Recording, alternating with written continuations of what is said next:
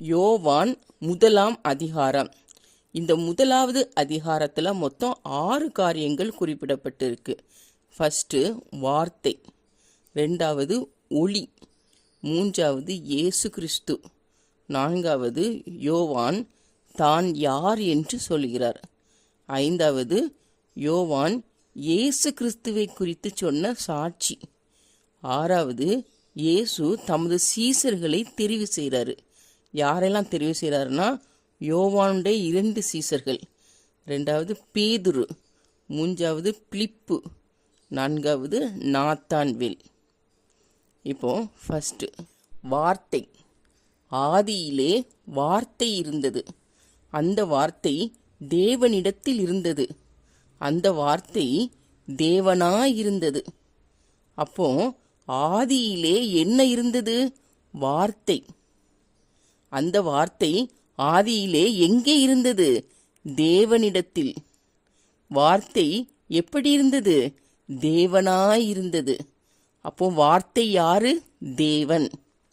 அடுத்தது ஒளி.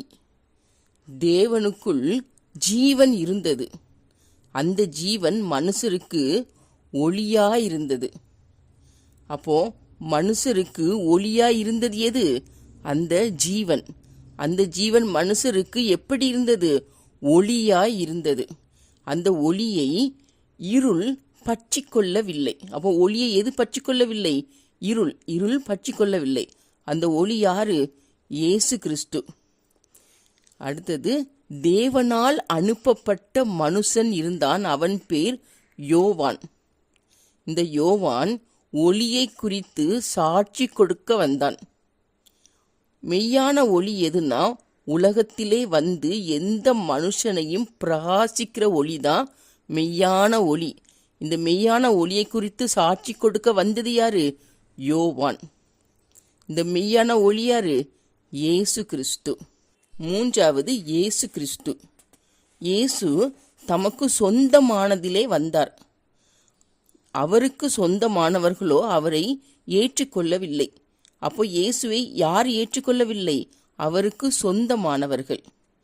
இயேசுவின் நாமத்தின் மேல் விசுவாசம் உள்ளவர்களாய் அவரை ஏற்றுக்கொண்டவர்கள் எத்தனை பேர்களோ அத்தனை பேர்களும் தேவனுடைய பிள்ளைகளாகும்படி அவர்களுக்கு அதிகாரம் கொடுத்தார். அப்போ யாருக்கு தேவனுடைய பிள்ளைகளாகும்படி அதிகாரம் கொடுக்கிறாரு? இயேசு கிறிஸ்துவின் நாமத்தின் மேல் விசுவாசம் உள்ளவர்களாய் அவரை ஏற்றுக்கொண்டவர்களுக்கு தேவனுடைய பிள்ளைகளாகும்படி அதிகாரம் கொடுக்கிறாரு.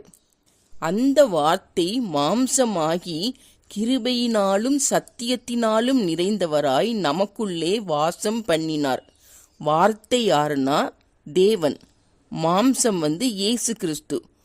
தேவன் மாம்சமாகி இயேசு கிறிஸ்துவாட்டு இந்த உலகத்துல பிறந்து கிருபையினாலும் சத்தியத்தினாலும் நிறைந்தவராய் நமக்குள்ளே வாசம் பண்ணினார். அப்போ தேவன் நமக்குள்ளே எப்படி வாசம் பண்றாரு? கிருபையினாலும் சத்தியத்தினாலும் நமக்குள்ளே வாசம் பண்றாரு. அவருடைய பரிபூரணத்தினால் நாம் எல்லாரும் கிருபையின் மேல் கிருபை பெற்றோம். அப்போ நம்ம எதனால கிருபையின் மேல் கிருபை பெறுறோம்? இயேசு கிறிஸ்துவின் பரிபூரணத்தினால் நாம் கிருபையின் மேல் கிருபை பெறுகிறோம். மோசையின் மூலமாக நியாயப்பிரமாணம் கொடுக்கப்பட்டது. ஆனால் இயேசு கிறிஸ்துவின் மூலமாக உண்டானது எதுனா கிருபையும் சத்தியமும். தேவனை ஒருவரும் ஒரு காலும் கண்டதில்லை. பிதாவின் மடியில் இருக்கிற ஒரே பேரான குமாரனே அவரை நமக்கு வெளிப்படுத்தினார். அப்போ நமக்கு தேவனை நமக்கு வெளிப்படுத்தினது யாரு? பிதாவின் மடியில் இருக்கிற ஒரே பேரான குமாரன் தான் நமக்கு தேவனை வெளிப்படுத்தினாரு. இனி அடுத்தது யோவான் தன்னை யாருன்னு சொல்றாரு. யூதர்கள் எருசலேம்ல இருந்து ஆசாரியரையும் லேவியரையும் யோவான் கிட்ட அனுப்பி நீர் யாருன்னு கேட்டுட்டு வாங்கன்னு அனுப்புறாங்க.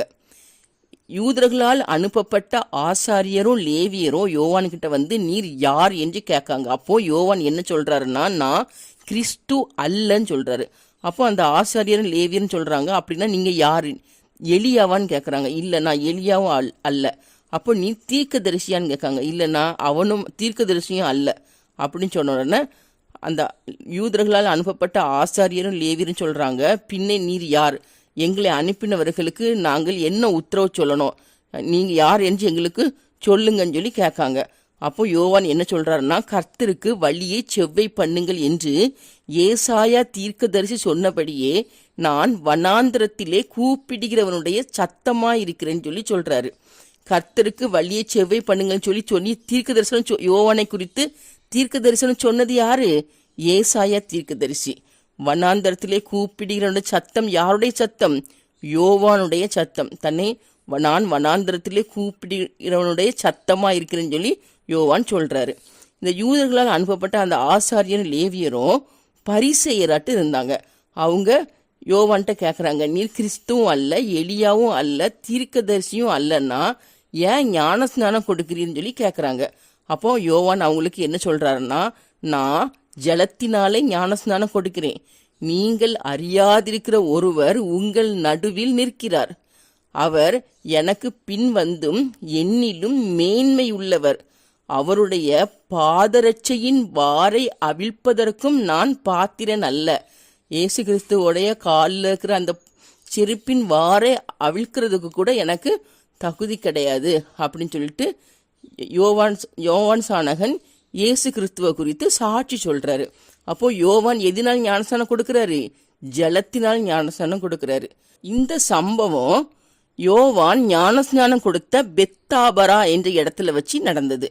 இந்த பெத்தாபரா எங்க இருக்குன்னா யோர்தானுக்கு அக்கறையில இருக்குது.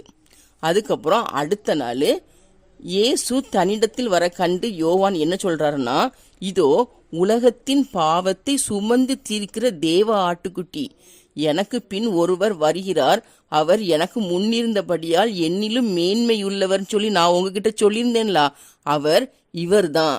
இவர் இஸ்ரவேலுக்கு வெளிப்படும் பொருட்டாக நான் ஜலத்தினால் ஞானஸ்நானம் கொடுக்க வந்தேன். ஆவியானவர் புறாவை போல வானத்திலிருந்து இறங்கி இவர் மேல் தங்கினதை கண்டேன். நானும் இவரை அறியாதிருந்தேன், ஆனாலும் ஜலத்தினால் ஞானஸ்நானம் கொடுக்கும்படி என்னை அனுப்பினவர், ஆவியானவர் இறங்கி யார் மேல் தங்குகிறதை நீ காண்பாயோ அவரே பரிசுத்த ஆவியினால் ஞானஸ்நானம் கொடுக்கிறவர் என்று எனக்கு சொல்லியிருந்தார். அந்தபடியே நான் கண்டு இவரே தேவனுடைய குமாரன் என்று சாட்சி கொடுத்து வருகிறேன்னு சொல்லி யோவான் சொன்னாரு. அப்போ பரிசுத்த ஆவியினால் யார் ஞானஸ்நானம் கொடுப்பா? இயேசு கிறிஸ்து. அதுக்கப்புறம் அடுத்த நாள் யோவானுடைய 2 சீசர்களும் நிற்கும்போது ஏசப்பா நடந்து போவாங்க. அப்படி ஏசப்பா நடந்து போகிறத கண்டு யோவான் சொல்லுவார், இதோ தேவ ஆட்டுக்குட்டி அப்படின்னு சொல்லுவார். அதை யோவானுடைய அந்த 2 சீசர்களும் கேட்டு என்ன பண்ணுறாங்கன்னா ஏசப்பாவுக்கு பின் செல்லுவாங்க. அப்படி ஏசப்பாவுக்கு பின்னாடி போய்கிட்டே இருக்கச்சுல ஏசப்பா திரும்பி பார்ப்பாங்க. திரும்பி பார்த்து தமக்கு பின்னாடி வருகிற அந்த 2 பேரையும் பார்த்து சொல்கிறாங்க, என்ன தேடுகிறீர்கள் அப்படின்னு கேட்பாங்க. அப்போ அந்த 2 பேரும் சொல்லுவாங்க, ரபி நீர் எங்கே தங்கி இருக்கிறீர் அப்படின்னு கேட்காங்க. அப்போ அந்த ரபி என்றால் என்ன அர்த்தம்னா போதகரே என்று அர்த்தம். அப்போ ஏசப்பா சொல்லுவாங்க அவங்கக்கிட்ட, வந்து பாருங்கள் அப்படின்னு சொல்கிறாங்க. அப்போ அந்த 2 பேரும் ஏசப்பா கூடயே போகிறாங்க. போயிட்டு ஏசப்பா இருக்கிற இடத்த கண்டு அன்னைக்கு ஏசப்பா கிட்ட தங்குறாங்க அந்த 2 பேரும்.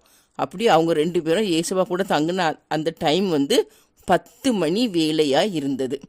அதுக்கப்புறம் அந்த ஏசப்பாவுக்கு பின்னாடி சென்ற அந்த 2 பேரில் ஒரு சீசனுக்கு பேர் அந்திரேயா. இந்த அந்திரேயா யாருன்னா சீமோன் பேதுருவோடைய சகோதரன். இந்த அந்திரேயா என்ன பண்ணுறாருன்னா சீமோன்கிட்ட போய் தன்னுடைய சகோதரன்கிட்ட போய் சொல்கிறாரு, நாங்கள் மேசியாவை கண்டோம் அப்படின்னு சொல்கிறாங்க. மேசியா என்றால் என்ன அர்த்தம்னா கிறிஸ்து என்று அர்த்தம். நான் மேசியாவை கண்டோம் அப்படின்னு சொன்ன உடனே சொன்னது மட்டும் இல்லாமல் அந்திரேயா என்ன பண்ணுறான்னா சீமோனையும் யாருக்கிட்ட ஏசப்பா கிட்ட கூட்டிக்கிட்டு போகிறான்.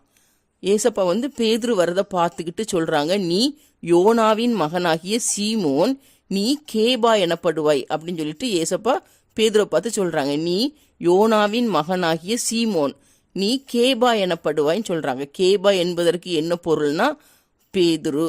கேபால் என்றால் அர்த்தம் பேதுரு. பேதுருடைய தந்தை பேர் என்னது? யோனா. பேதுருவின் சகோதரன் யாரு? அந்திரேயா. அதுக்கப்புறம் அடுத்த நாள் ஏசப்பா கலிலேயாவுக்கு போகிறதுக்கு மனதாட்டு இருக்காங்க. அப்போ பிலிப்புவை பார்க்குறாங்க. பிலிப்புவை பார்த்துக்கிட்டு பிலிப்புகிட்ட சொல்கிறாங்க, நீ எனக்கு பின் சென்றுவான்னு சொல்கிறாங்க. சொன்ன உடனே பிலிப்பு ஏசப்பாவை பின்பற்றி செல்கிறான். இந்த பிலிப்பு யார்? பிலிப்புவோட ஊர் என்னதுன்னா பெத்சாயிதா. அதே போல் பேதுரு அந்திரேயோட ஊரும் பெத்சாயிதா.